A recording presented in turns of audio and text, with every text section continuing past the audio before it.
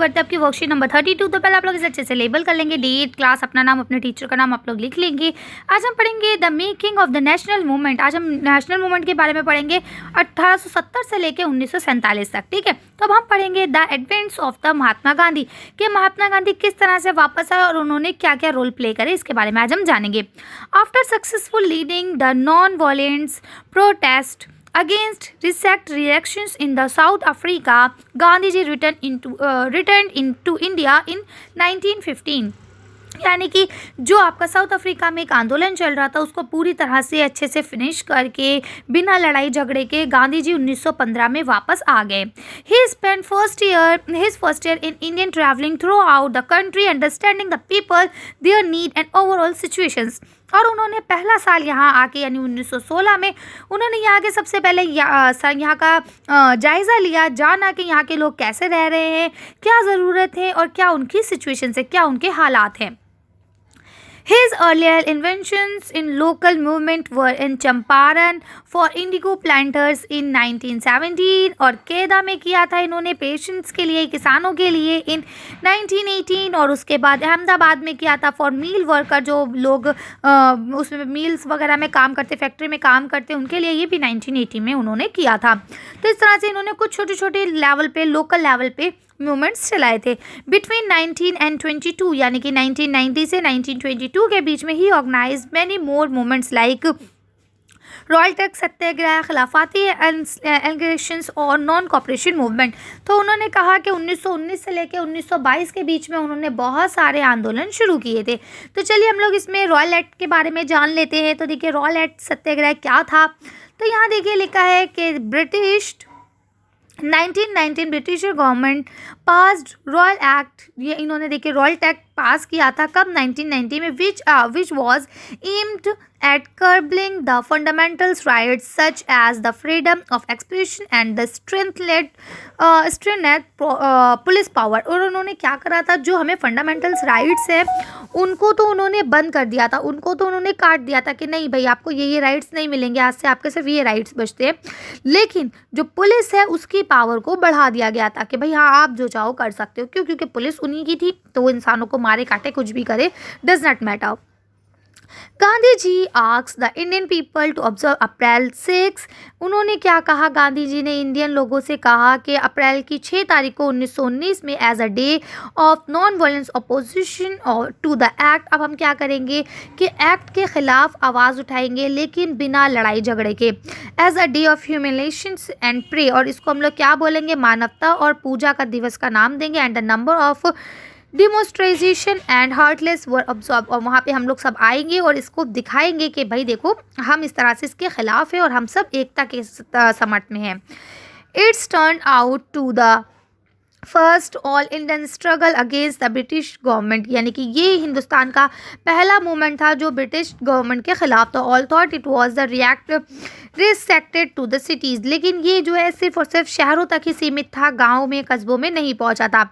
Government used brutal measure to suppress them, यानी कि लेकिन गवर्नमेंट ने जो यानी ब्रिटिश गवर्नमेंट थी उसने इसको बंद करने के लिए बहुत मतलब गलत तरीके भी अख्तियार किए। ऑन अप्रैल 1399 यानी कि आपके 1990 में 13 अप्रैल को ऑन द ऑस्किंस ऑफ द बैसाखी, यानी कि बैसाखी के मौके पर British general Dyer open a fire without any warning to the peaceful gathering at Jallianwala बाग।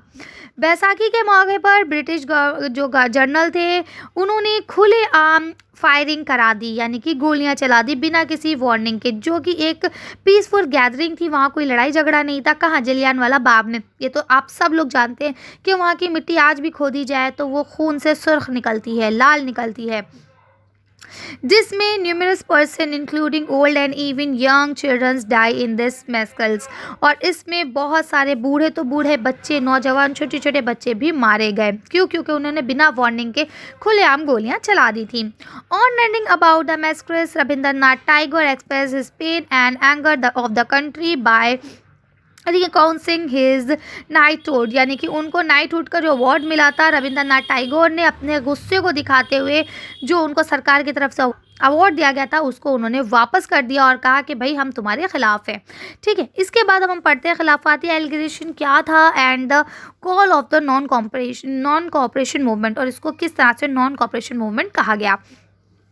तो देखिए लिखा after the defeat of Turkey in first world war, यानी कि जब फर्स्ट वर्ल्ड वॉर में तुर्की हार गया, the British improve Harsh treat, यानी एक बहुत गंदा ट्रीट करा उन्होंने और ऑन द तुर्किश सुल्तान, यानी जो तुर्किश के बादशाह थे उनके साथ ब्रिटिशर ने बहुत गंदा सलूक किया। Who was consider as a khalifa of the Muslim all over the world, और उनको जो उस वक्त के तुर्किश के सुल्तान थे उसको पूरे हिंदुस्तान, पूरे वर्ल्ड में, पूरी दुनिया में मुस्लिम्स का खलीफा माना जाता था।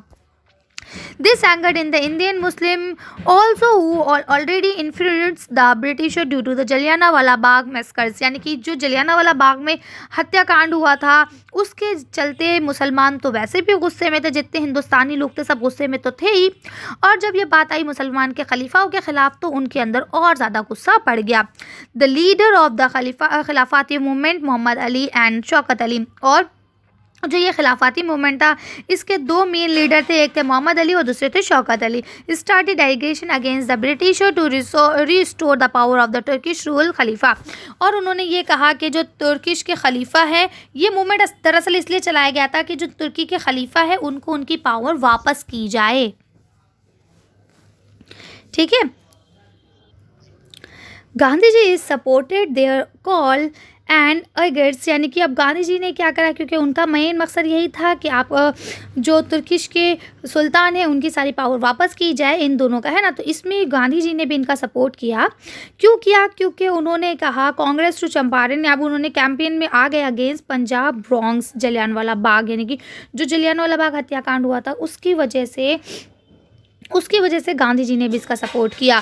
ठीक है, द खिलाफत wrong and the demand of Swaraj, ठीक है, स्वराज की डिमांड की और उन्होंने कहा कि खिलाफत जो है उसको वापस किया जाए। चलिए अब आपके क्वेश्चन आंसर है, लिखा है mention some of the earlier interventions of Gandhi ji in local movement after coming back to India in 1915। 1950 में जब हिंदुस्तान वापस आए गांधी जी तो उन्होंने कौन से लोकल आंदोलन चलाए उसके बारे में आपको बता रहे हैं। तो चलिए इसका आंसर देख लेते हैं। तो यहाँ से लिखेंगे कि गांधी जी के जो शुरू के मूवमेंट्स थे लोकल, तो पहला चंपारण में था 1917 में जो कि नील की खेती के खिलाफ किया गया था, फिर केदा में था जो कि किसानों के लिए किया गया था 1918 में, उसके बाद अहमदाबाद में किया गया था मिल वर्कर्स के लिए 1918 में। तो लिख लेंगे आप तीनों। चलिए अगला क्वेश्चन पढ़ते हैं। अब यहाँ आपका नेक्स्ट क्वेश्चन लिखा है why was Rowlatt act oppose by the Indian leaders. Indian leaders यानी इंडिया के जो नेता थे उनके द्वारा रॉयल्स एक्ट जो था उसका विरोध क्यों किया गया, उसको अपोज क्यों किया गया। तो चलिए इसका आंसर देखते हैं। तो आपको अभी मैंने बता दिया है कि किस तरह से इंडियन जो ब्रिटिश गवर्नमेंट थी उन्होंने हिंदुस्तानी लोगों की जो फंडामेंटल राइट्स थे उनको कम कर दिया गया था और जो पुलिस की पावर थी उसका स्ट्रेंथ जो था वो बढ़ा दिया गया था। ठीक है, तो इस तरह से आप ये आंसर लिख सकते हैं आसानी से। चलिए नेक्स्ट क्वेश्चन पढ़ते हैं। अब यहाँ आपका थर्ड क्वेश्चन लिखा है व्हाट वाज खिलाफती मूवमेंट। खिलाफती मूवमेंट क्या था? Right the name of the leader of it, और इसके अंदर जो लीडर थे मेन उनका नाम आपको लिखना है। तो चलिए आंसर देख लेते हैं। तो आप आंसर यहाँ से लिखेंगे कि the leader of the Khilafat movement Mohammad Ali and Shaukat Ali, दो लीडर्स थे और ये इसलिए स्टार्ट किया गया था against the Britisher to restore the power of the Turkish ruler Khalifa. ठीक है, यानी खलीफा की जो पावर्स है वो उनको वापस की जाए, इसलिए इसको स्टार्ट किया गया था। लिख सकते हैं आसानी से। चलिए आगे बढ़ते हैं।